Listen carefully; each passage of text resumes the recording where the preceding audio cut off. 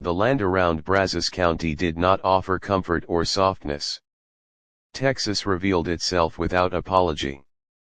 By mid-morning, the sun pressed down with a steady weight, turning the soil pale and cracked where shade failed to reach.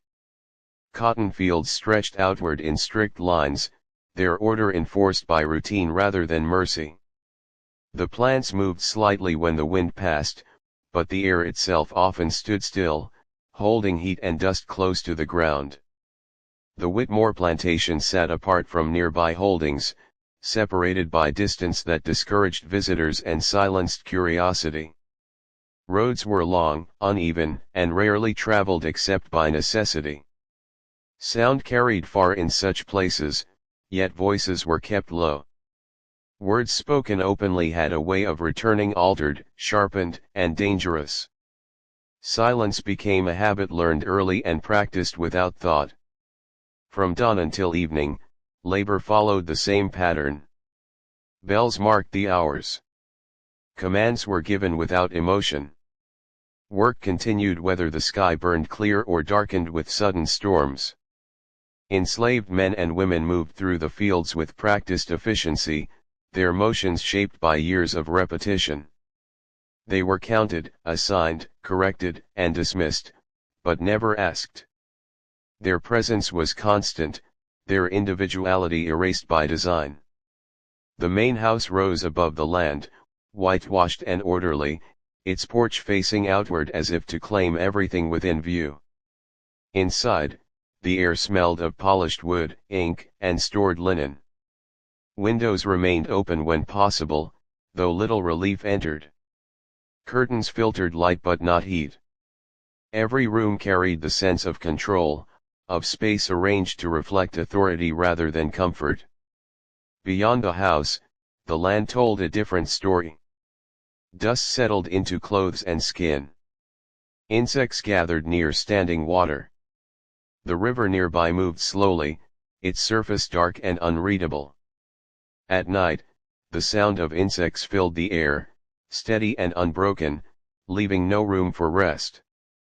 Darkness arrived quickly, swallowing the horizon and narrowing the world to lantern light and shadow. Isolation shaped behavior here. Distance encouraged secrecy. The absence of witnesses allowed decisions that would not survive scrutiny elsewhere. News arrived late and left incomplete. What mattered most was not law, but reputation among a small circle of landowners who understood one another without speaking openly. Power rested in shared assumptions, enforced through custom rather than writing. The enslaved quarters sat at the edge of the cleared land, arranged with efficiency rather than care. Cabins stood close together, their walls thin, their interiors sparse. Smoke rose each evening from small fires used for cooking, drifting into the open air before fading. Conversations stayed quiet, broken often by listening pauses. Every sound carried risk. The fields themselves seemed endless. Rows repeated until they blurred into one another, the work unchanged regardless of season. The land demanded effort and offered profit, but little else. It rewarded control and punished hesitation. Those who owned it believed this reflected a natural order, one that justified hardness as necessity. Even the wind carried tension. When it moved across the fields, it stirred dust and leaves, but brought no comfort. It passed through fences, across paths, and between buildings without concern. Everything remained exposed. Nothing felt hidden, yet much was concealed. Within this environment, change did not announce itself loudly. It arrived quietly, through altered routines and unsettled glances. People noticed when patterns shifted, even slightly. A door closed at the wrong hour. A path walked less often. A command delayed. Such details mattered more than words. Texas did not soften men or forgive mistakes. It demanded endurance, obedience, and silence. Those who lived within its wide spaces learned quickly that survival depended on knowing when to act and when to remain still. The land remembered everything, even when people chose not to speak. Eleanor Whitmore had grown accustomed to isolation, though it had never felt natural. Her room was large, sparsely furnished, and heavily curtained, keeping both sunlight and visitors at bay. Each morning began with a prescribed routine dictated by her father's instructions and the orders of doctors he consulted. Medications were administered with precision, yet she rarely understood their purpose. Sometimes she questioned their effects, but voices in her head had been taught to obey before thinking. Fear and habit intertwined until she could not separate one from the other. She remembered little of her childhood, except for moments that lingered with sharp clarity. The birth of her younger siblings who never survived. The fleeting touch of a hand that had been kind once but was taken away. Shadows moved differently around the Whitmore house, carrying whispers that no one dared speak aloud. Her father's gaze weighed on her constantly, evaluating every motion, every expression. Eleanor had learned to move as expected, yet she remained aware that observation alone could be a weapon. When Isaiah Boone arrived, everything changed, though nothing appeared different at first glance. He entered the main house calmly, without fear or haste. His presence was measured, deliberate, and carried an authority that demanded attention even in silence. Observers remarked on his calm demeanor and unwavering posture, though none understood the depth of his past, nor the patience that had brought him to this moment. He had endured losses unimaginable, each one etched into his quiet eyes, and yet he spoke little of them. Their first meeting was tense yet controlled. Eleanor recoiled initially, uncertain how to respond. She had been warned of strangers and taught that their purpose was often to correct, punish, or monitor. Isaiah did not act as expected. He did not issue commands or attempt to impress authority. Instead, he observed, waiting for signs she would reveal herself. In that moment, Eleanor realized that he was neither friend nor foe, he existed outside the rigid expectations that had constrained her. Days passed with slow adjustments. Isaiah guided her through minor routines, correcting motions without harshness, explaining tasks only when necessary. The shift was subtle, almost imperceptible, yet Eleanor sensed change in the rhythm of her days. Trust formed cautiously, built from shared observation and mutual understanding rather than words. She began to notice the world around her, the muted sound of wind against the cotton, the warmth of sunlight filtered through heavy drapes, the faint aroma of dust and leather carried on the air. Meanwhile, Caleb Whitmore continued his routines with rigid attention to appearance and protocol. Outwardly, he maintained control, interacting with neighbors and business associates with precision. Privately, he grappled with unease, sensing forces beyond his management beginning to shape the household in ways he had not anticipated. Observation alone could not account for the subtle shifts occurring daily. Whispers in the fields, fleeting expressions, and half-heard remarks unsettled him. Authority was not lost in a moment, it eroded incrementally, almost imperceptibly, until the realization struck too late to prevent its effects. The dynamic between Eleanor and Isaiah evolved quietly. Physical recovery coincided with increased awareness. Eleanor's tremors lessened, her gaze sharpened, and her thoughts became clearer. Conversations began to include more questions, fewer automatic responses. Isaiah listened carefully, never imposing, always weighing the pace of progress against the risks that accompanied even minor disclosures. Every decision carried weight, each movement calibrated to restore autonomy while preserving safety. Outside the main house, the plantation's operations continued under the established routines. Laborers maintained fields with efficiency, guided by overseers who themselves observed the subtle changes in household atmosphere. It was difficult to articulate, yet something in the air signaled that routines alone could no longer maintain total control. Patterns were disrupted by a presence that could not be categorized, a patient observer who understood the consequences of both compliance and defiance. Small acts of trust began to emerge between Eleanor and Isaiah.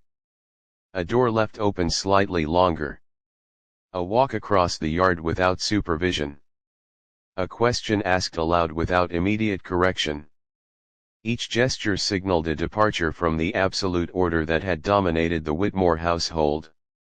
The pace was slow, yet steady. Change arrived as a silent force, persistent and deliberate, reshaping the household from the inside while outward appearances remained intact. This quiet transformation did not go unnoticed. Caleb Whitmore sensed the subtle shifts, though he could not name them. Authority is easiest to maintain when invisible strings go unexamined, yet he felt their slackening. Observation became strained. Instructions required repetition. The familiar obedience of the household grew hesitant. Awareness of his daughter's progress unsettled him, though he could not openly confront it. The presence of someone capable of guiding Eleanor without overt assertion undermined the invisible hierarchy upon which his reputation depended. Eleanor herself began to comprehend her evolving position. She recognized the patience, awareness, and strategy embedded in Isaiah's actions. Trust, cautiously given, revealed a capacity for self-determination that she had not exercised in years. Each day, the space around her felt more navigable. Decisions, once imposed externally, were now considered internally. Independence, fragile and tentative, began to grow alongside physical recovery. The world outside the house remained rigid, yet within the walls, boundaries shifted imperceptibly. Orders that had been unquestioned were weighed. Expectations that had been absolute became negotiable.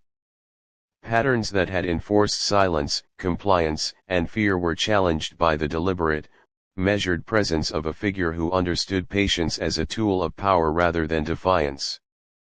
Through this careful, incremental guidance, Eleanor reclaimed fragments of awareness and autonomy. The process was neither fast nor dramatic. Pain accompanied progress, uncertainty accompanied freedom, and each small victory carried emotional cost.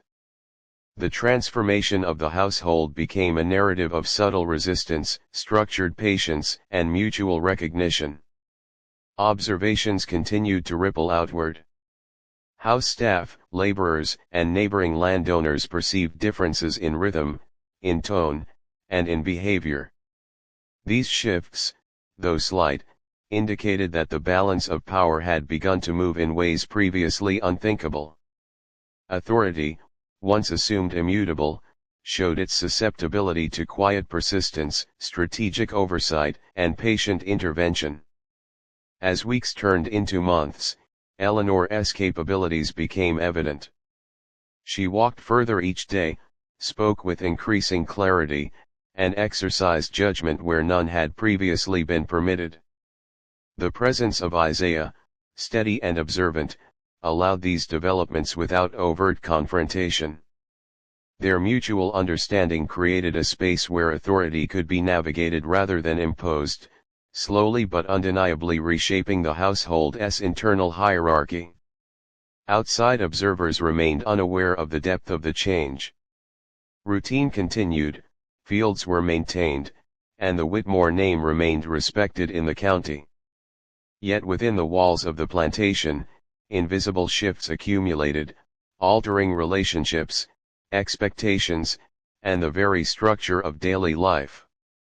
Authority, patience, and trust combined to reveal a trajectory of change that no single decree could reverse. Small acts of decision-making became Eleanor's own. Choices regarding movement, observation, and interaction began to fall under her discretion. Isaiah's guidance remained constant, shaping without commanding, correcting without asserting dominance. The household responded to new rhythms, subtle and unseen by the broader community, yet transformative in their impact. By the end of these months, the balance within the Whitmore household had shifted in ways that neither Caleb nor the broader community could easily discern. Eleanor's regained autonomy, Isaiah's patient oversight, and the subtle redirection of authority created a landscape in which change was not announced but felt. Every measured decision, every quiet act of self-determination, laid the foundation for outcomes that would ultimately reshape perceptions of power, obedience, and accountability within the plantation. The land of Brazos County remained unchanged in appearance, yet the undercurrents within the Whitmore estate revealed that control, once assumed absolute, could be redistributed without confrontation. Silence, observation, and deliberate action had replaced fear and unquestioned obedience as the dominant forces guiding daily life. The seeds of transformation had taken root quietly, imperceptibly, yet with enduring consequence. In this environment, the plantation continued to operate smoothly to outsiders, but those within the household understood the subtle revolution taking place. Eleanor's regained voice, Isaiah's patient vigilance, and the recalibration of authority ensured that the household would never return to its previous state. The combination of careful guidance, measured intervention, and incremental trust had created a new order, one that honored both autonomy and accountability, and left the old hierarchies permanently altered. Caleb Whitmore's public persona remained flawless, a mask of composure polished by years of careful calculation. To neighbors, he was the embodiment of authority, the man whose decisions shaped land, labor, and legacy. Yet beneath the surface, tension had begun to accumulate. Each interaction, each visit, reminded him that the invisible strings holding control over his household were loosening. The slightest misstep could betray vulnerability, and in Brazos County, perception often outweighed reality. In the dining room during gatherings, Caleb's composure was meticulous. He hosted conversations about crop yields, trading agreements, and social obligations with precision. His gestures were measured, his voice even, leaving no room for doubt about his capabilities. However, a flicker of unease crossed his features whenever Eleanor's absence was noted or when Isaiah moved through spaces with quiet assurance. Outsiders were oblivious, attributing calm efficiency to routine. Only Caleb recognized the subtle imbalance, the shifting currents of authority within the house he controlled yet no longer entirely dominated. Caleb's fear of losing status was relentless. His wealth, measured in acres, livestock, and enslaved people, formed the backbone of his social identity. Reputation was currency, stronger than silver or cotton. He calculated each decision with careful regard for the eyes observing him, for the gossip carried by visiting merchants, and for the subtle judgments cast by neighboring landowners. Yet the changes unfolding in his home could not be fully managed through appearances. Authority, he discovered, required more than structure. It demanded loyalty and compliance, both of which were quietly tested by Eleanor's slow recovery and Isaiah's unwavering presence. In private, Caleb grappled with moral compromise.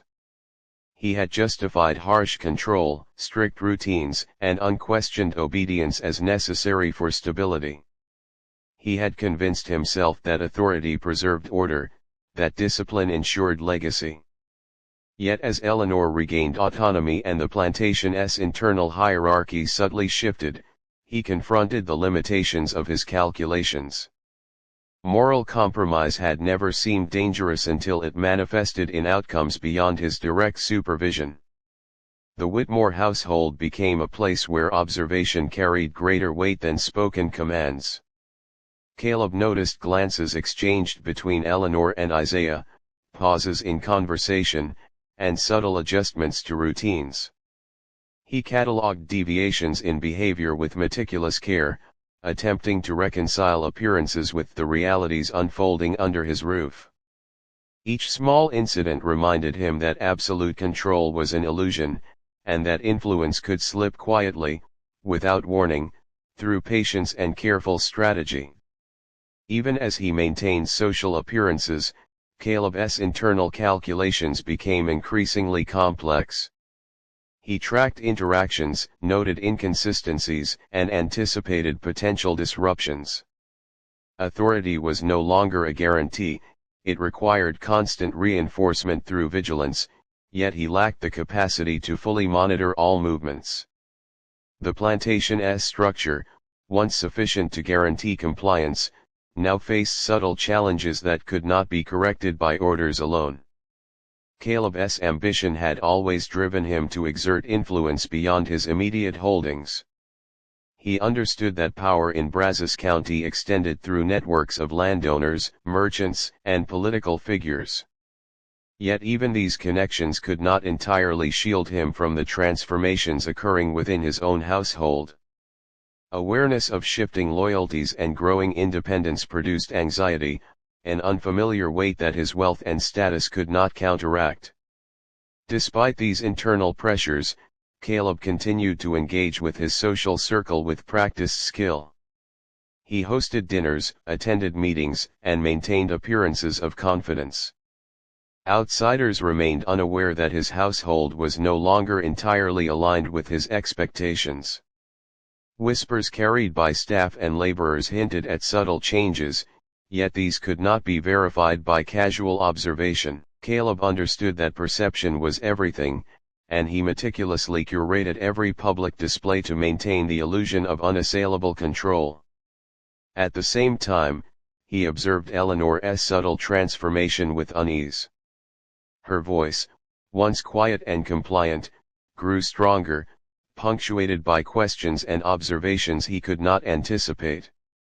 Physical improvements accompanied mental clarity, and she began making small, deliberate choices regarding her routine. These developments signaled an independence that challenged his authority, though he had no external cause for concern. In isolation, the house had become a theater for quiet revolution, its actors moving with purpose beyond his immediate comprehension. Isaiah's influence was equally precise and measured.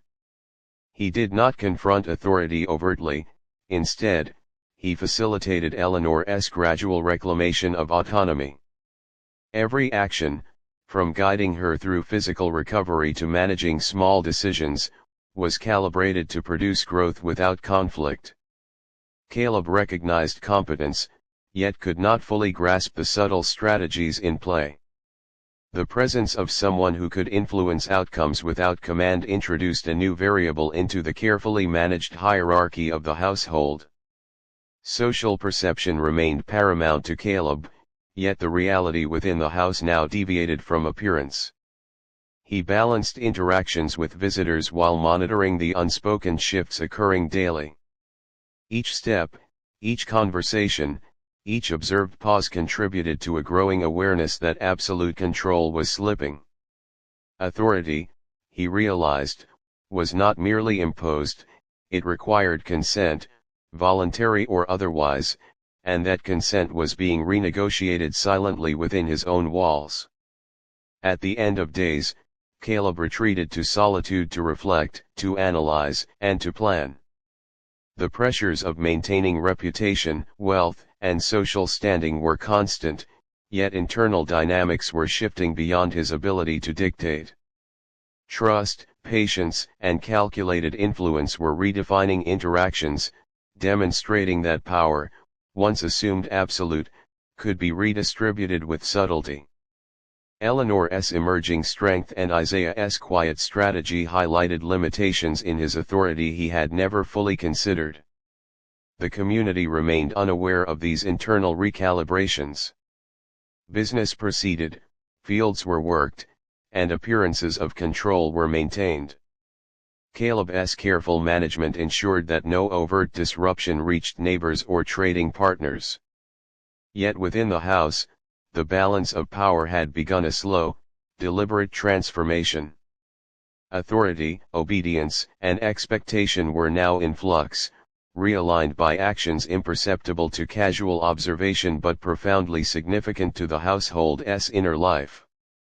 By the close of the season, Caleb Whitmore understood that control was no longer singular. Eleanor's regained clarity, physical capability, and cautious autonomy shifted the internal hierarchy. Isaiah's patient guidance ensured that change was deliberate, measured, and sustainable. The interplay of observation, trust, and quiet influence had created conditions in which the plantation's outward appearance remained intact while its internal dynamics had been irrevocably altered. For Caleb, the lesson was stark: appearances could preserve status, but genuine authority required alignment of will, trust, and careful engagement. As the sun set across the cotton fields, casting long shadows over the land, he realized that the measure of his household's strength was no longer dictated solely by wealth or command, but by relationships quietly redefined through patience, insight, and resilience. The balance had shifted, subtly and permanently, without a single dramatic confrontation, leaving him to consider the limits of control, influence, and perception in a world that demanded both respect and adaptability. Eleanor Whitmore's life had long been confined within walls that offered protection only in appearance. The room she inhabited was expansive, yet oppressive, adorned with heavy drapes that muted sunlight and kept the outside world at bay. Each morning began with prescribed routines dictated by her father and reinforced by a rotating cast of doctors, men whose knowledge seemed more concerned with maintaining appearances than her well-being. Medications arrived in small, measured doses, and though their purpose was explained, she rarely understood the full intent. Over time, her body had grown dependent, her mind subdued by repetition and isolation, until questioning anything felt dangerous. Her physical state reflected years of constraint. Limbs that once moved freely were now hesitant, muscles weakened from long periods of enforced stillness. Tremors and fits emerged sporadically, unpredictable yet terrifying, and she learned to hide them from casual observers. Her voice, once capable of protest, had been gradually reduced to whispers, measured and carefully placed to avoid censure. Emotionally, she had been taught that expression carried consequences. Each reaction, each visible thought, was weighed against potential punishment, and she had learned to suppress instinct in favor of survival. Medical control had been absolute. Doctors visited weekly, adjusting medications and noting symptoms with meticulous care. Yet Eleanor understood, even in her confusion, that much of this treatment was designed not to heal, but to manage perception. Her body was monitored, her progress recorded, yet explanations were incomplete, offering her the illusion of care while maintaining authority over her autonomy. Even small decisions, what she ate, when she walked, how she spent time, were dictated. Over years, this subtle form of control became internalized, and Eleanor began doubting her own judgment. Trauma lingered as both shadow and guide. Memories of her mother, lost in childbirth, of siblings who never survived, and of moments of fleeting kindness now juxtaposed with strict discipline haunted her. At age 12, she had witnessed events within the household that left indelible impressions: private conversations, clandestine actions, and whispered threats that seemed inconceivable to anyone outside. The trauma was both personal and political, shaping her understanding of the household's rigid hierarchies and her place within them. She had been trained to see herself as fragile, yet these experiences imbued her with a quiet resilience that few recognized. Isaiah Boone's presence introduced a new variable. Unlike the doctors or house staff, he did not approach her with authority or judgment. He observed, measured, and waited for Eleanor to reveal her boundaries and capacities. The first days were cautious. She recoiled from his attention, uncertain whether he was friend or threat. Unlike anyone else, he did not rush, did not demand obedience, and did not speak down to her. In the measured stillness of his presence, Eleanor began to sense possibility. Recovery, both physical and emotional, was gradual. Isaiah guided her through short walks, encouraging use of muscles that had been neglected for years.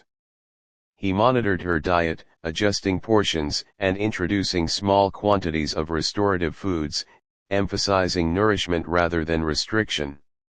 Each day was carefully paced. Overexertion could trigger relapse, while inactivity reinforced weakness. Eleanor began noticing sensations long forgotten: the warmth of sun on her skin, the texture of cotton under fingertips, the sound of wind against the house. These sensory experiences, simple yet profound, reminded her that life extended beyond the routines imposed upon her. Trust formed slowly. Eleanor tested boundaries through small actions, reaching for a window latch, asking a question aloud, or moving beyond her prescribed space. Each successful act of autonomy reinforced her confidence, yet she remained cautious. Every decision carried weight, for misjudgment could elicit swift correction. Isaiah's guidance provided structure without coercion. He corrected errors gently, encouraged success subtly, and celebrated progress in ways that strengthened her agency without threatening her safety. Emotionally, Eleanor grappled with mixed feelings. Relief and fear coexisted, intertwined with lingering suspicion. She had learned that outward appearances could mask internal intentions, and trust had to be earned through consistent, observable behavior. Her curiosity began to awaken. Questions about the household, her father's decisions, and the history of her family emerged, though she posed them tentatively. Isaiah answered selectively, providing information that both clarified and protected, allowing Eleanor to explore understanding without endangering herself. Medical history remained a crucial element in her rehabilitation. Eleanor learned the effects of long-term medication on her body and mind. Tremors, fatigue, and confusion were understood not as permanent defects but as reversible conditions exacerbated by years of restraint. Isaiah introduced herbal remedies alongside standard treatments, fostering gentle improvement while monitoring for adverse reactions. Physical therapy, nutrition, and careful observation combined to produce progress visible in both appearance and function. Isolation had previously been Eleanor's constant companion, but with Isaiah's presence, silence transformed. She began to speak more freely, articulating thoughts she had long buried. Words were chosen carefully, measured against potential consequences, yet the act of verbalizing reinforced clarity and agency. The more she expressed, the more she recognized gaps in her understanding, and the more she sought knowledge about her past and the dynamics within the household. The psychological aspect of recovery was equally vital. Eleanor's fears, once dominant, were gradually confronted through small, controlled exercises. Decisions about movement, interaction, and daily activity allowed her to regain confidence. Moments of doubt were acknowledged rather than suppressed, providing insight into her own resilience. The careful balance between autonomy and safety, guided by Isaiah, cultivated both strength and awareness. Every interaction became a learning experience. Eleanor observed the behavior of staff and laborers, noting patterns, hierarchies, and unspoken rules. She began understanding the subtleties of power, influence, and compliance that shaped her environment. With each observation, she refined judgment, developed strategic thinking, and increased her capacity to anticipate outcomes without overtly challenging authority. Physical conditioning complemented mental recovery. Walking, stretching, and gentle exertion restored energy and endurance. Her body responded to care that balanced exertion with rest, nutrition with appetite, and freedom with structure.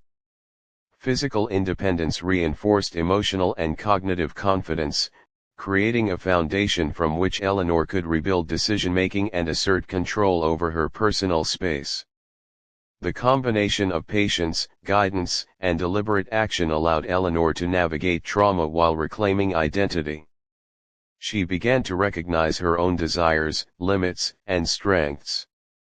Recovery was not linear, setbacks occurred, yet each was met with careful adaptation. Progress was measured in increments, subtle but cumulative, producing a transformation both sustainable and profound. By the end of this period, Eleanor's transformation was evident. Tremors had diminished, awareness sharpened, and confidence returned. She could walk without assistance, speak without hesitation, and make choices that were once denied to her. The relationship with Isaiah had evolved into one of mutual respect and strategic collaboration. His quiet observation and guidance had provided the structure necessary for growth, while her emerging autonomy reinforced the lessons learned through restraint and careful encouragement. Through meticulous care and emotional patience, Eleanor Whitmore began to reclaim her life. Physical, emotional, and cognitive capacities, once suppressed, were slowly restored. Her understanding of the household, its hierarchies, and the complexities of authority deepened. Trust and independence emerged as twin pillars supporting recovery, producing a subtle but profound shift in the dynamics of power within the Whitmore estate. The restoration of agency did not occur abruptly. Each day, each measured action, each carefully guided decision contributed to a new equilibrium. Eleanor's regained strength was both personal and symbolic, signaling the possibility of change within rigid structures. Authority, once assumed to be absolute, was quietly renegotiated through patience, understanding, and strategic insight, ensuring that the household would never return to its former state. Isaiah Boone had long understood that survival demanded patience, observation, and strategic restraint. Born on a small Virginia plantation, he had experienced the slow erosion of family and freedom, witnessing the brutal separation of loved ones and the quiet subjugation of those around him. Each transfer of ownership, each sale, had been a lesson in reading power, anticipating reactions, and choosing actions that ensured survival without unnecessary confrontation. By the time he arrived in Brazos County, Texas, Isaiah carried these lessons like invisible armor, prepared to navigate a world that expected obedience but offered little mercy. He arrived at the Whitmore estate with deliberate calm. The wagon that transported him clattered over dry, sun-baked roads, carrying a man who concealed awareness beneath composed features. Observers saw only the routine of a slave entering a new household. Few, if any, could recognize the deliberate intent behind his measured movements. Every detail had been considered: how to respond to Caleb Whitmore, how to interact with Eleanor, how to observe without alerting others to the depth of his awareness. Isaiah understood that subtlety would be his most powerful instrument. His first interactions with Eleanor were cautious, defined by respect, observation, and patience. She recoiled instinctively, wary of anyone beyond the circle of people accustomed to controlling her routines. Yet Isaiah neither imposed nor intimidated. He allowed silence to speak, understanding that trust could not be demanded, it had to be earned. Small gestures, holding a basin, adjusting her bedding, guiding her through short walks, conveyed care without intrusion, demonstrating reliability while leaving room for her autonomy to emerge. Isaiah's intelligence was evident in every measured decision. He catalogued the household's routines, noting patterns in staff behavior, the rhythms of meals, the timing of inspections, and the subtle hierarchy among laborers. Observation was not passive, it informed every interaction, allowing him to anticipate potential conflicts and opportunities. Patience became a form of resistance, a way to enact influence without overt defiance, ensuring that his presence gradually reshaped the environment without provoking confrontation. Past trauma remained central to his awareness. Isaiah carried the memory of family lost to the auction block, of children and spouses taken from him, and of suffering endured silently. These memories were not displayed as grievance but internalized, informing his understanding of power, control, and justice.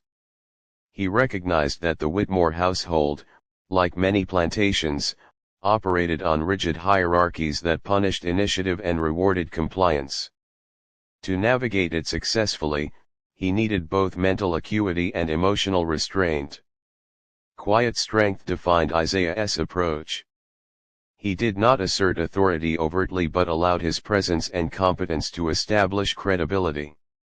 Tasks were completed with precision, from tending to Eleanor's needs to maintaining the cabin he occupied, demonstrating reliability without arrogance. Over time, those observing could not deny his capability, though they could not pinpoint the source of influence quietly shifting within the household. He became indispensable, not through command, but through consistency, skill, and the subtle projection of competence. Every decision was calculated for long-term effect. Isaiah understood that any hasty action could provoke retaliation, alert Caleb Whitmore to hidden intentions, or jeopardize Eleanor's recovery. He approached each day as a series of controlled movements, each choice designed to facilitate progress while minimizing risk. Meals were adjusted for nutrition, movement was guided to rebuild strength, and conversations were orchestrated to encourage clarity without confrontation. Gradually, Eleanor's dependence transformed into collaboration, creating a dynamic in which autonomy and guidance coexisted.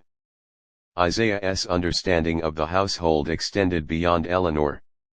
He observed staff, noting subtle alliances, personal ambitions, and points of tension. This awareness allowed him to anticipate gossip, manage perception, and navigate social currents. Authority, he recognized, could be influenced as effectively through suggestion and reliability as through commands. His strategy relied on slow, deliberate alignment of interests, ensuring that Eleanor's progress and his own influence were sustained without triggering suspicion or backlash. The plantation's rhythm remained relentless, yet Isaiah discovered opportunities to assert subtle control. Tasks performed efficiently, attention to detail, and judicious guidance of Eleanor allowed him to shape outcomes. Decisions made in isolation, her diet, her exercise, her exposure to light and air became avenues for improvement. Each small success reinforced trust and demonstrated capacity, shifting the household's internal hierarchy without overt conflict. Despite the patience required, Isaiah never lost sight of justice. Memories of his family's suffering informed his understanding of fairness and accountability. While he did not seek immediate revenge, he understood that reclaiming agency was a process that unfolded over time. His deliberate patience mirrored Eleanor's recovery, emphasizing the long-term impact of measured action over impulsive retribution. The slow accumulation of influence became a silent assertion of power within the household's rigid structures. Isolation and observation provided Isaiah with insight into Caleb Whitmore's mindset. He noted the subtle tensions, the anxieties masked by polite conversation, and the overcompensation of authority. These observations informed strategy. Authority could be anticipated, guided, and, when necessary, redirected through small interventions. The knowledge gained from watching power at work was as valuable as any direct action, enabling him to influence outcomes while maintaining the appearance of compliance. Isaiah also recognized Eleanor's latent strength. Beneath her controlled exterior, her mind was keen, capable of understanding patterns and detecting inconsistencies. The combination of her emerging autonomy and his deliberate guidance created a dynamic in which influence and resilience reinforced one another. Eleanor's growing confidence became a vehicle for subtle transformation, while Isaiah's patience ensured that change remained sustainable and unnoticed until fully realized. Interactions were carefully staged to foster trust.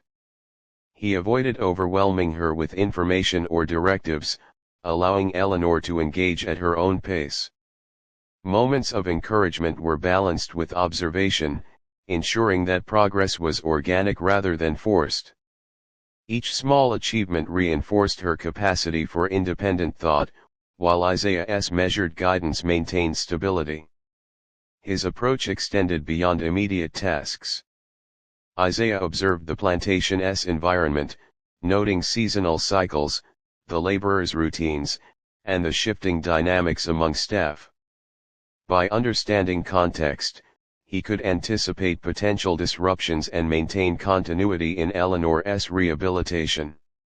Influence was exercised subtly, through timing, suggestion, and demonstration rather than confrontation. Isaiah's presence became a stabilizing force. Eleanor's recovery advanced steadily, her voice strengthened, and her confidence grew. Each day of measured guidance reinforced the household's realignment, slowly shifting authority without drawing attention. Subtlety, patience, and quiet competence ensured that change proceeded steadily, leaving Caleb unaware of the transformation occurring under his roof. By the end of the initial months, Isaiah Boone's strategy was evident. Authority had been quietly redistributed. Eleanor's independence was emerging, and the household's internal hierarchy had begun to recalibrate. Subtle influence, patient observation, and deliberate action had created conditions in which power was negotiated without conflict, and progress unfolded with remarkable precision. Isaiah's role was no longer defined solely by obedience. He had become a guide, strategist, and observer, shaping outcomes while remaining unseen in the broader social perception. His knowledge, patience, and deliberate action ensured that change was both sustainable and discreet, altering the trajectory of the Whitmore household in ways that would not be immediately apparent but were irreversible.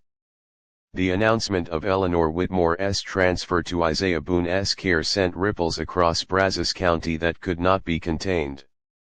Invitations had been sent weeks in advance to the county's prominent families, detailing a gathering to witness what Caleb Whitmore described as a necessary measure for his daughter's well-being.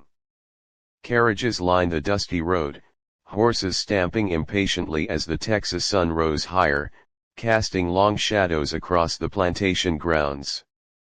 Attendees included judges, merchants, clergy, and plantation owners whose names carried weight in local society. They arrived expecting ceremony, protocol, and the reinforcement of established hierarchies. The Whitmore estate had prepared meticulously. Tables were set with precision, silver gleaming under sunlight, linens pressed to perfection, and refreshments arranged to convey order and propriety. Yet beneath this veneer of normalcy, unease lingered. Servants moved silently, glancing nervously at one another, while laborers paused in their routines to witness a disruption they could neither explain nor influence. The air was heavy with anticipation, tinged with subtle fear. When Caleb Whitmore stepped forward to address the assembly, his posture was rigid, his expression carefully composed.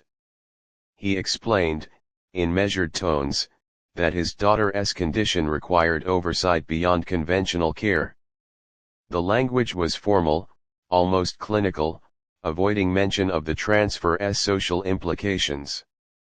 Yet the words carried weight, suggesting a shift that challenged the very assumptions of authority within the county. Those present exchanged glances, uncertain whether to express shock, admiration, or quiet disapproval. Eleanor appeared beside Isaiah Boone, her posture tentative but controlled. Her presence, once hidden behind the walls of the main house, now became the focal point of the gathering. Observers noted her composure, her gaze steady despite the audience's scrutiny. There was a deliberate inversion of expectation. A young woman, once thought fragile and confined, now aligned with a man whose station in society was markedly lower. This visual disruption unsettled the assembled elites, challenging the familiar order without a single word of rebellion. Isaiah's calm demeanor amplified the tension. He did not bow, flinch, or display subservience beyond the minimal courtesy expected of his position. Instead, his eyes met those of the onlookers with quiet assurance, communicating competence and presence without arrogance. It became immediately clear that the authority within the household had subtly shifted, and that this display was not a symbolic gesture but a functional reality. Whispers moved through the crowd like wind across the cotton fields. Speculation about the reasoning behind Caleb's decision spread quickly. Some suggested that Eleanor's health was so fragile that only an attentive, disciplined caretaker could manage her. Others posited darker motives: fears of scandal, financial strain, or family disgrace. Yet none could articulate the full scope, for the true purpose remained unreadable to those outside the immediate circle. The ambiguity intensified unease, creating a mixture of curiosity and apprehension. The public nature of the transfer highlighted contradictions in the social hierarchy. White authority, long assumed to be absolute, appeared malleable.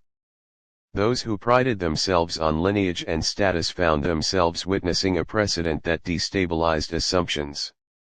The apparent deference of Caleb to Isaiah's care contradicted entrenched beliefs about ownership, control, and social superiority. Observers struggled to reconcile their expectations with the unfolding reality. Servants and laborers experienced the moment differently. The household staff, previously accustomed to Eleanor's absence or mediated presence, now observed interactions that suggested autonomy and partnership. Laborers, long relegated to the margins of visibility, glimpsed a subtle redistribution of power, recognizing that influence was not fixed by social rank alone. The shift was quiet, yet undeniable, carrying implications that extended far beyond the immediate household. Throughout the event, Caleb Whitmore maintained composure, projecting an image of decisiveness. Yet close observers noted tension in his gestures, a tightness in his hands, a fleeting glance toward the back of the gathering, the brief narrowing of eyes. The juxtaposition of public authority and private apprehension reinforced the perception that control had become more complex, contested even within a single household. Conversations after the announcement were subdued, careful, and deliberate. Attendees exchanged guarded assessments, testing the reactions of neighbors before voicing opinion. Social norms constrained overt commentary, yet subtle signals raised eyebrows, hushed laughter, and pointed glances communicated uncertainty. Each observer grappled with the implications. What did it mean for social order when the expected hierarchy was temporarily suspended? Could the structure survive this challenge without formal acknowledgement? Eleanor's conduct further unsettled the elite. She spoke only when addressed, yet her words carried clarity and confidence that belied her previous reputation for fragility. Her composure suggested understanding beyond her years, an awareness of dynamics that the audience had assumed beyond her grasp. Observers sensed that her apparent dependence on Isaiah Boone masked emergent authority, and that the public spectacle was merely a stage upon which real influence quietly shifted. Isaiah, aware of the subtle glances and murmured judgments, maintained steady composure. He understood the importance of perception in a society governed by appearances. His actions measured, deliberate, and calm communicated control without confrontation. He guided Eleanor with quiet signals, reinforcing routines while ensuring her autonomy remained protected. Each small adjustment, posture, attention, timing was calculated to reinforce stability and sustain the emergent balance of authority. The gathering concluded without incident, yet the atmosphere remained charged. Attendees departed with lingering unease, conscious that the norms they relied upon had been questioned. Social hierarchies were not immediately dismantled, yet the precedent was established. Authority could be challenged quietly, subtly, and without overt conflict. The county would carry the memory of the event, revisiting its implications in conversations, assessments, and private speculation for months to come. Observers recognized the paradox. The act appeared conservative on the surface, framed as care for Eleanor, yet it carried radical undertones. Power had shifted from a single patriarch to a dynamic partnership, authority measured not by birthright alone but by patience, intelligence, and presence. Those who witnessed the event sensed that the plantation's internal structure would never return to its prior state, though the change was gradual, invisible to many yet profoundly consequential. By sunset, the Whitmore estate exuded quiet normalcy once more. Horses were returned to stables, staff resumed daily routines, and the fields continued to ripple under the Texan heat. Yet within the main house, subtle shifts persisted. Eleanor moved with a new awareness, guided by Isaiah's measured oversight. Caleb observed from a distance, maintaining an appearance of authority while silently reconciling the realities of altered power. Outside, the social elite departed, carrying with them a sense of unease, the weight of uncertainty pressing against the assumptions they had long relied upon. The public transfer of authority was complete, yet its consequences would unfold slowly, imperceptibly at first, then more noticeably as routines evolved, relationships shifted, and confidence emerged. The plantation itself remained intact, yet the internal equilibrium had been redefined. Authority, once concentrated and unquestioned, now operated under new conditions, shaped by patience, insight, and subtle observation. Those present were aware, on some level, that what they had witnessed was more than a procedural act. It was a demonstration of influence exercised in a form both quiet and irrevocable. The social shock extended beyond immediate observers.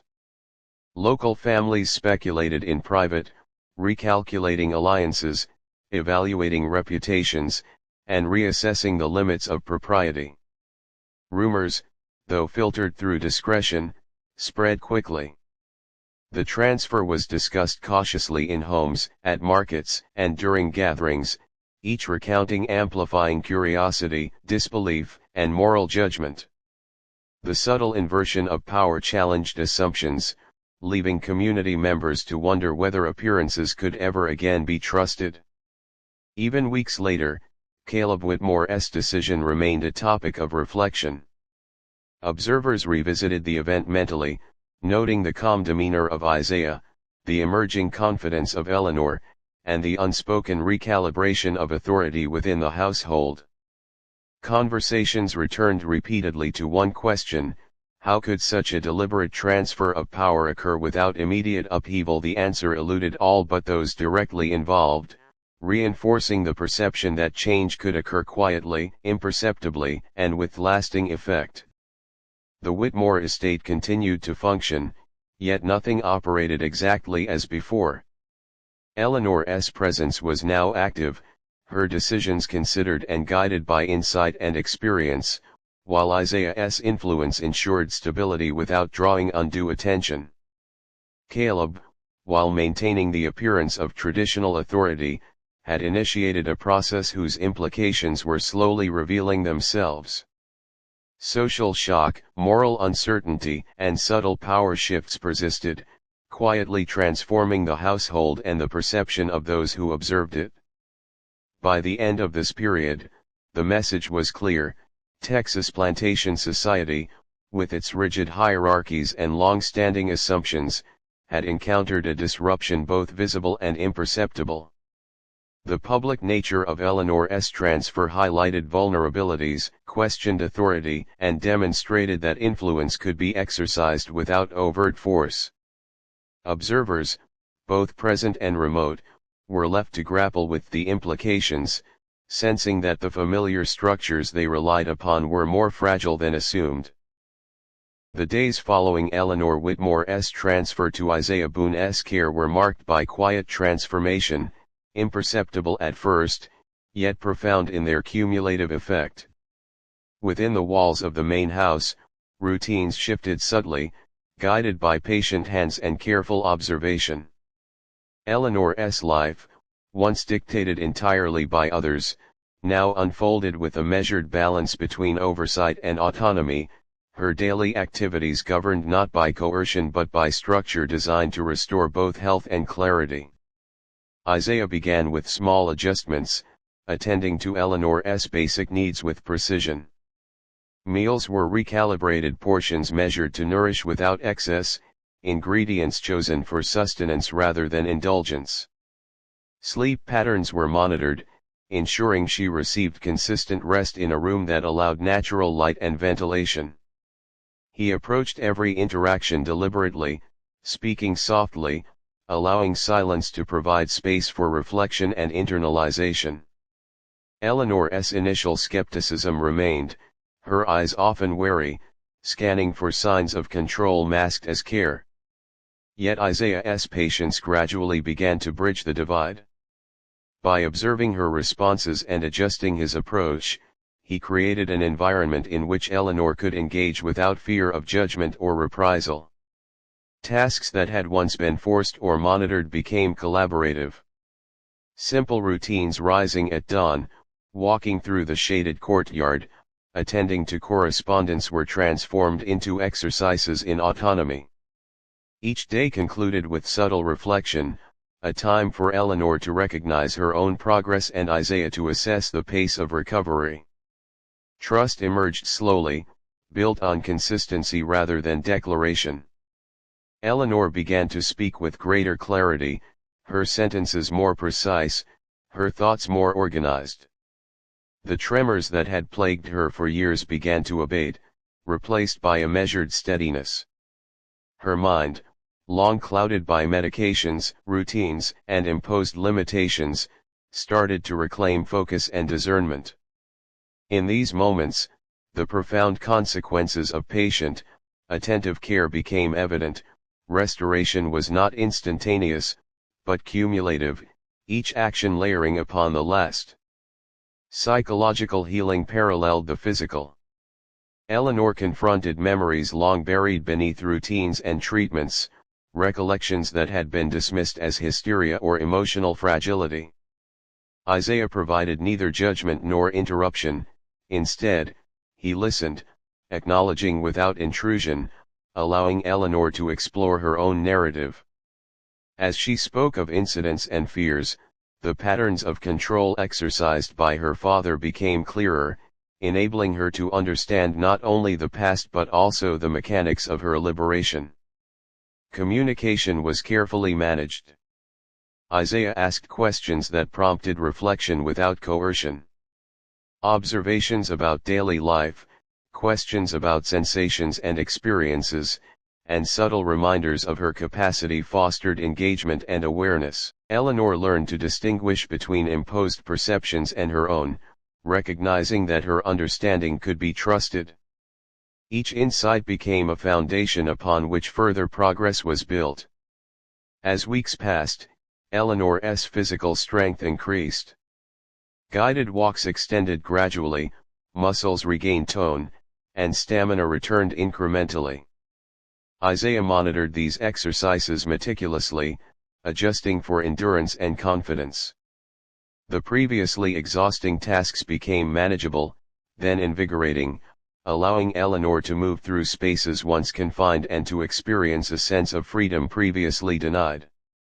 These movements were more than physical recovery, they symbolized agency and the reclamation of space, both literal and psychological.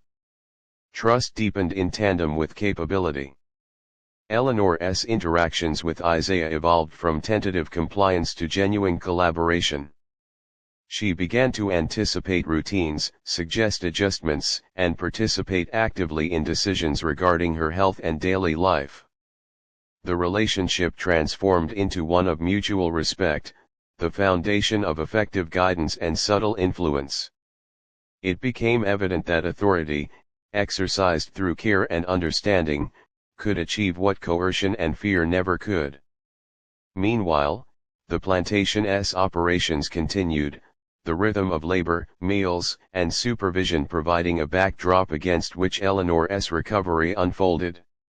Staff members, initially uncertain, observed the changes and adapted accordingly. The household hierarchy subtly shifted.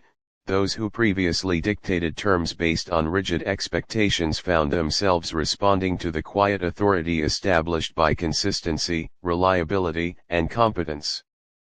Isaiah's influence, though unobtrusive, extended beyond Eleanor, stabilizing the broader environment. Conversations between Eleanor and Isaiah became arenas for subtle empowerment.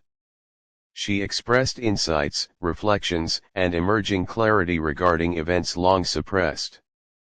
Isaiah, careful to maintain balance, provided context without domination, enabling Eleanor to integrate understanding into decisions and actions.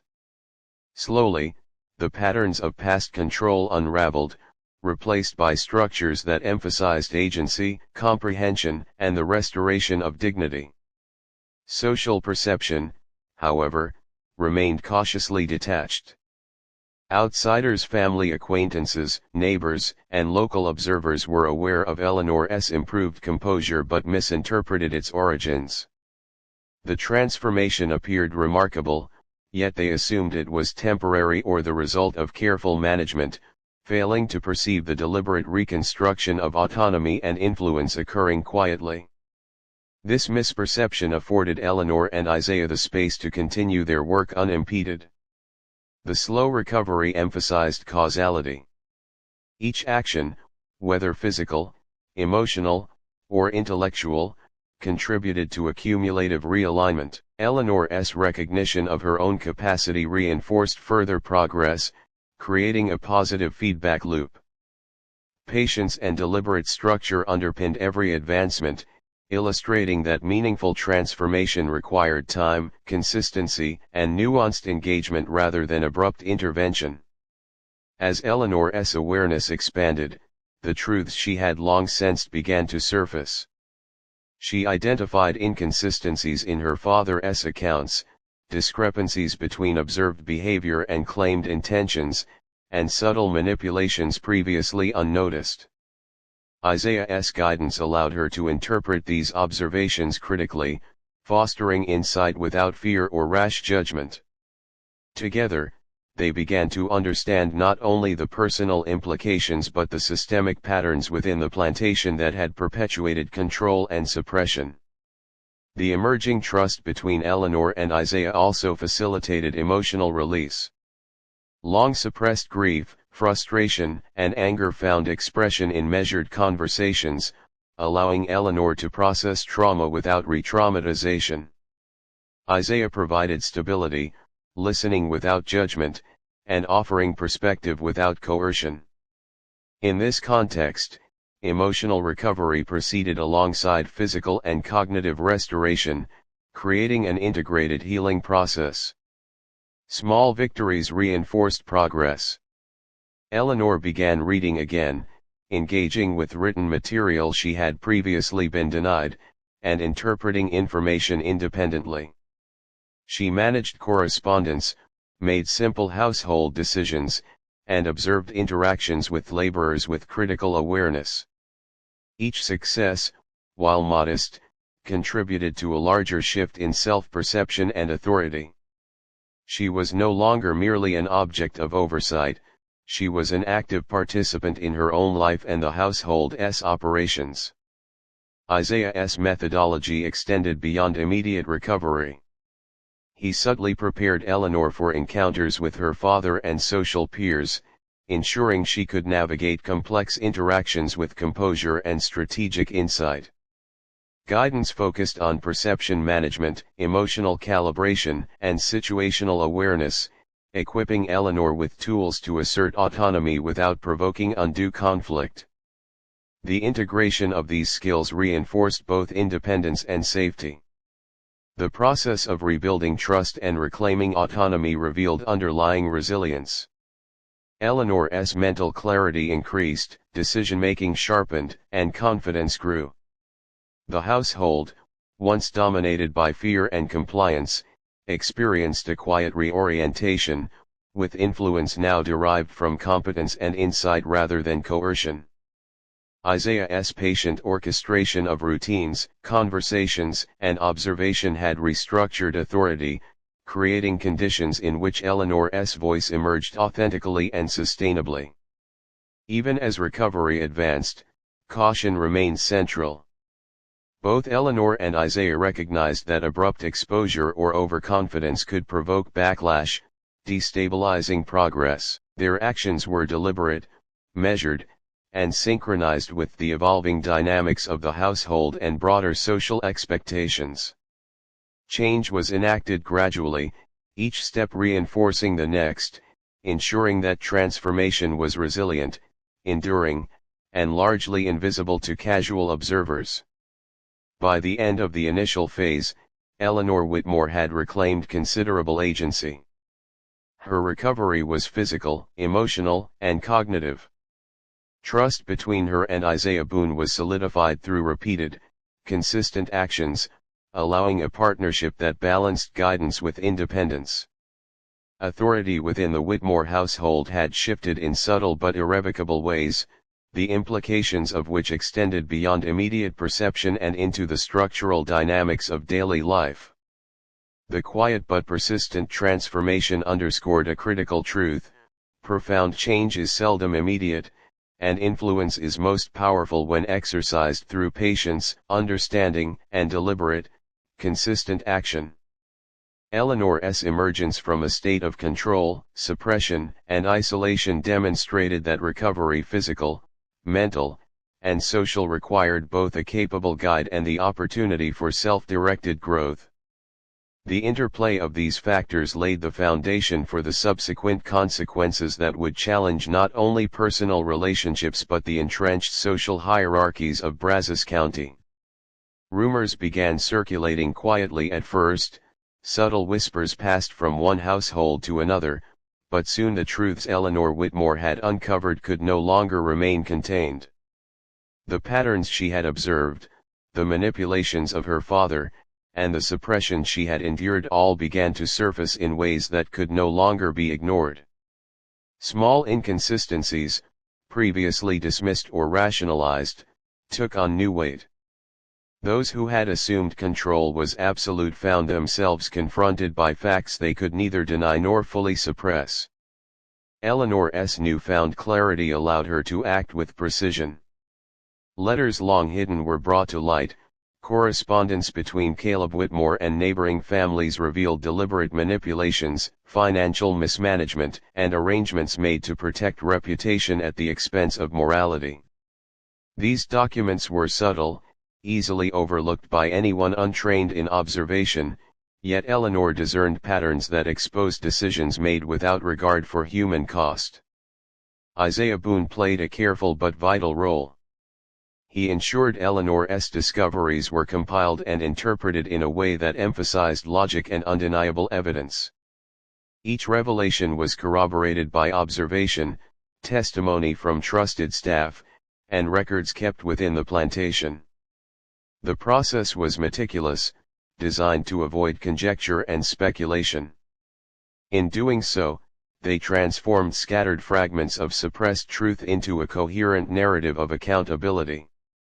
The social consequences began to unfold almost imperceptibly. Caleb Whitmore's peers, once unquestioning in their admiration or tolerance, began to notice cracks in his reputation. Invitations to gatherings were extended more sparingly, conversations carried a tone of caution, and subtle distancing became apparent.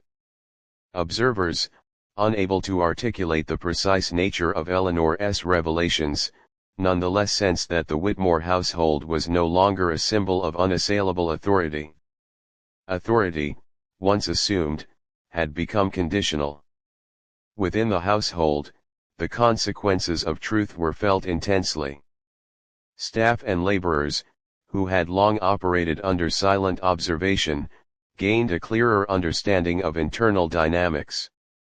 Their awareness of Eleanor's emergent authority reshaped interactions and recalibrated expectations. Where deference had once been absolute, now engagement was measured, influenced by Eleanor's capacity to assert presence while maintaining equilibrium.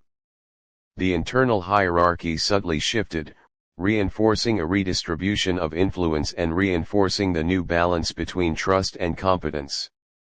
Eleanor's confrontations with her father were controlled but deliberate. She addressed past actions with calm articulation, referencing evidence and highlighting inconsistencies. Caleb, confronted with undeniable patterns of mismanagement and moral compromise, exhibited tension in gestures and speech. While his position remained outwardly intact, his internal authority had eroded. He realized that previous methods of control, intimidation, isolation, and social expectation could no longer dictate outcomes. Local society responded cautiously. Families and neighbors speculated on Eleanor's conduct, questioning the extent of her independence and Isaiah's role in guiding her. Observers debated moral implications, calculated social alignment, and considered reputational risks. Each interaction was weighed with heightened scrutiny. The subtleties of behavior, previously disregarded, were now indicators of broader changes within the Whitmore household. Financial and operational consequences were equally subtle but significant. Caleb's decision-making, once unquestioned, was second-guessed by advisors and peers. Contracts, negotiations, and daily decisions now required careful validation. Eleanor's insight, combined with Isaiah's measured oversight, influenced outcomes in ways that reshaped the plantation's internal functioning. Authority had been redistributed not through overt confrontation, but through the quiet demonstration of competence, observation, and strategic action. Emotionally, the consequences were profound. Eleanor carried the weight of knowledge and recovery, understanding both the systemic failures and the human costs of decisions made without regard for morality. Isaiah's guidance allowed her to process trauma while reinforcing resilience. Their partnership became a model of careful empowerment, demonstrating that accountability and healing could coexist. The broader societal implications emerged gradually. Observers could not pinpoint the catalyst, yet a palpable shift in expectation and perception became evident. Authority was no longer absolute, social compliance depended on discernment, recognition of competence, and understanding of evolving dynamics. Those who had assumed unchallenged influence began to act with caution, acknowledging that traditional assumptions no longer guaranteed outcomes. Despite these shifts, disruption was controlled rather than chaotic. Eleanor and Isaiah operated deliberately, balancing visibility with discretion. The unfolding consequences highlighted the fragility of social hierarchies while preserving structural continuity. Change was achieved through insight, patient guidance, and measured action rather than overt rebellion, creating a model of transformation both effective and sustainable. Eleanor's recovery and emerging authority became a catalyst for subtle justice. Individuals previously silenced or marginalized were given voice through her influence. Observations, testimony, and documentation she gathered were presented when appropriate, exposing wrongdoing without resorting to spectacle. The process emphasized accountability, demonstrating that power, when exercised responsibly, could correct imbalance quietly yet decisively. Caleb Whitmore's realization of his diminished control was internal but irreversible. Publicly, he maintained appearances, projecting authority and adherence to tradition. Privately, however, he acknowledged the shift in household dynamics. The lessons of consequence, accountability, and subtle recalibration of influence were undeniable. He understood that the measures he had once taken to preserve reputation could no longer guarantee stability or compliance.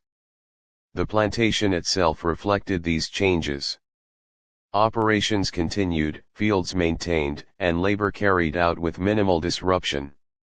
Yet beneath this surface, routines incorporated adjustments influenced by Eleanor and Isaiah.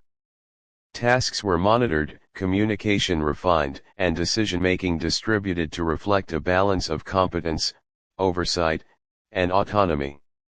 The visual continuity masked internal restructuring, highlighting the power of subtle, deliberate influence over overt disruption.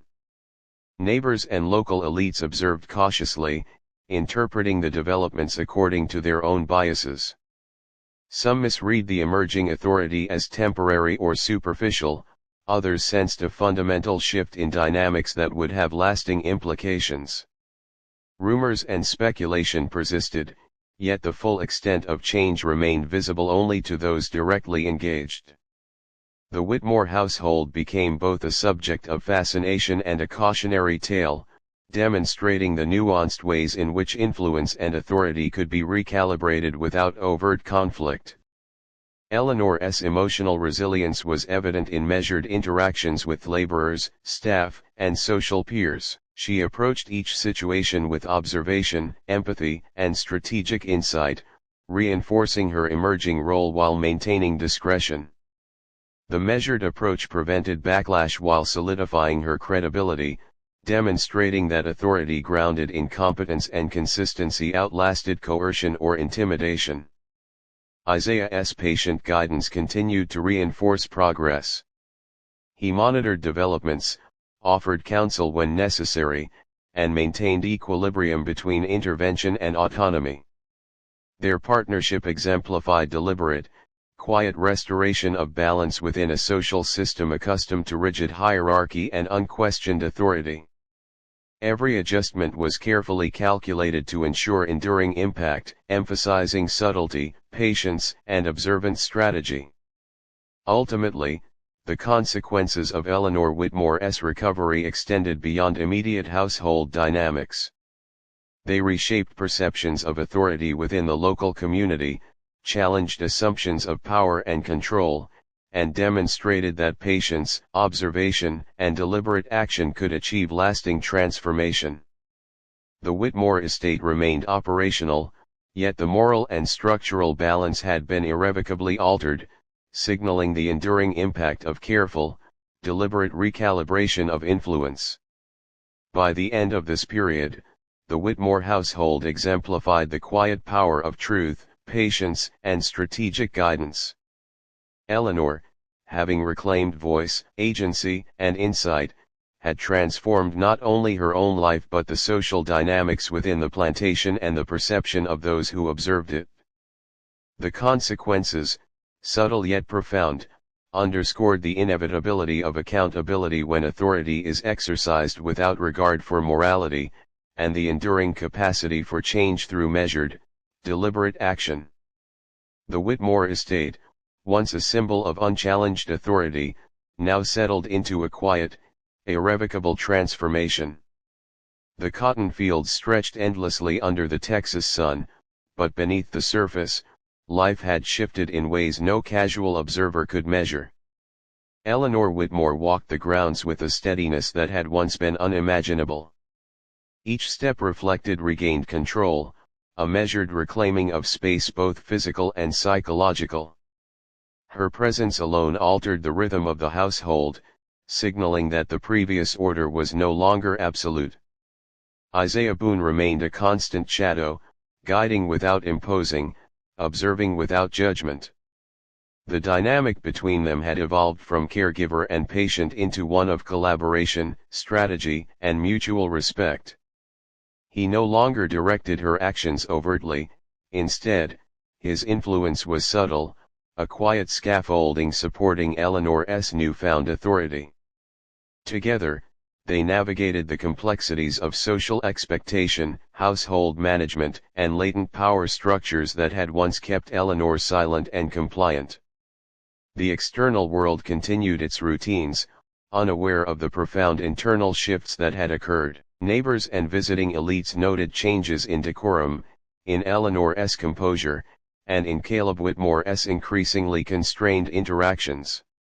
What was once unquestioned dominance now appeared fragile, bound by observation rather than fear.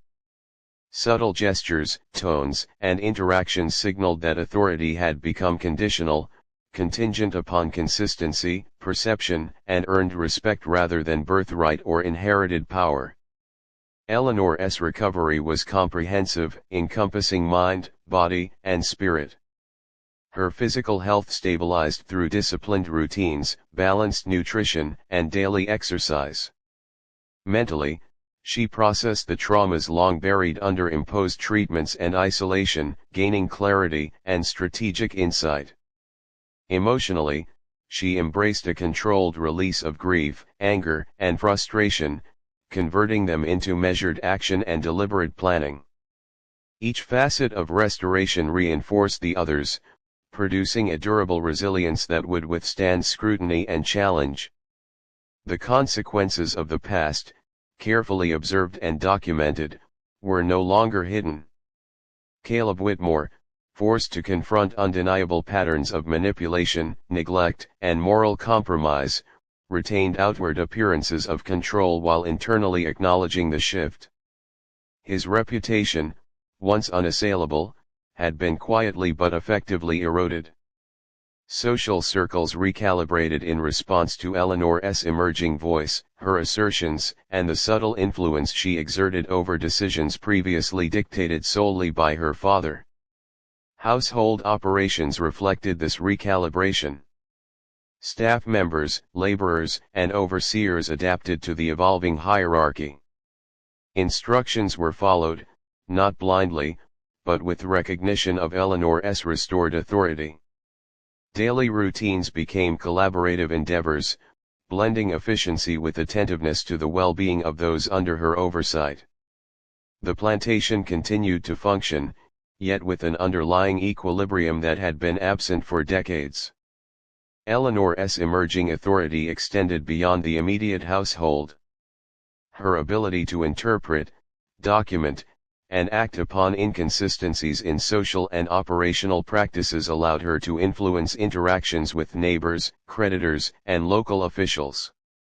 Each engagement reinforced her credibility while subtly diminishing the perceived infallibility of Caleb Whitmore. By acting deliberately and with discretion, Eleanor ensured that transformation proceeded without triggering overt resistance, allowing change to take root quietly yet permanently. Emotional undercurrents ran deep. Eleanor carried the weight of knowledge, trauma, and regained autonomy with measured grace. Isaiah's continued presence provided stability, perspective, and guidance, reinforcing the delicate balance between empowerment and prudence. Together, they demonstrated that authority could be reclaimed not through spectacle or confrontation, but through patient observation, strategic action, and deliberate, consistent intervention. History, however, recorded only fragments. Outsiders observed Eleanor's composure and presumed recovery, but the full extent of her journey, the subtleties of her restoration, and the strategic orchestration behind her transformation remained invisible. The plantation continued to operate, the fields were tended, and life appeared superficially unchanged. Yet beneath this exterior, the moral and structural fabric of authority had been permanently altered. The ultimate lesson was one of permanence through subtlety. Authority exercised without morality eventually yields to patience, insight, and strategic action. Eleanor Whitmore's emergence from silence and suppression reshaped the household, recalibrated social perception, and demonstrated the enduring power of measured, deliberate transformation. The plantation remained a functioning entity, but the balance of power, the perception of authority, and the role of individual agency had shifted irreversibly. In the quiet aftermath, Eleanor walked among the fields and halls with awareness, asserting presence without dominance, influencing without coercion. Isaiah's guidance, once overt, had become advisory, a subtle undercurrent reinforcing stability and continuity.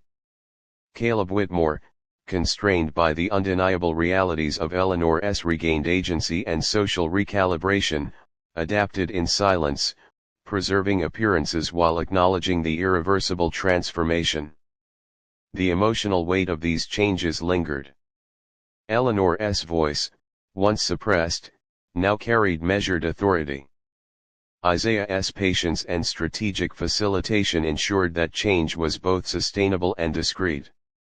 Together, they created a model of quiet resilience, demonstrating that accountability, restoration, and empowerment could coexist without dramatic confrontation. The Whitmore estate, while physically familiar, had been morally and structurally reshaped by careful observation, deliberate intervention, and the restoration of human dignity. For those who observed from afar, the outcome was perplexing yet compelling. The Whitmore family retained its name, the fields continued to yield cotton, and society perceived continuity. Yet the internal shifts, invisible to most, underscored a profound reality: true authority and agency are maintained through insight, patience, and ethical application of power rather than fear, coercion, or inherited privilege. Eleanor's journey revealed that resilience is built over time, reinforced by consistent action, and solidified through understanding, trust, and deliberate empowerment. Stories like this, rare and often unrecorded, reveal the quiet but profound consequences of patience, insight, and ethical action. Eleanor Whitmore's transformation from silenced compliance to assertive agency illustrates that even within rigid hierarchies, change is possible when guided by consistency, observation, and moral clarity. The plantation remained, the past endured, yet the lessons of agency, accountability, and subtle transformation persisted in ways that could not be erased. The final reflection on this period is clear: no structure of power remains unchallenged indefinitely. When insight meets patience, when observation meets deliberate action, and when authority is exercised with ethical purpose, even entrenched systems can be recalibrated. Eleanor Whitmore's emergence, facilitated by Isaiah Boone, demonstrated the enduring potential of quiet, strategic, and morally guided influence. Stories like this were never meant to survive. Subscribe for more forgotten histories, because the next story goes even deeper.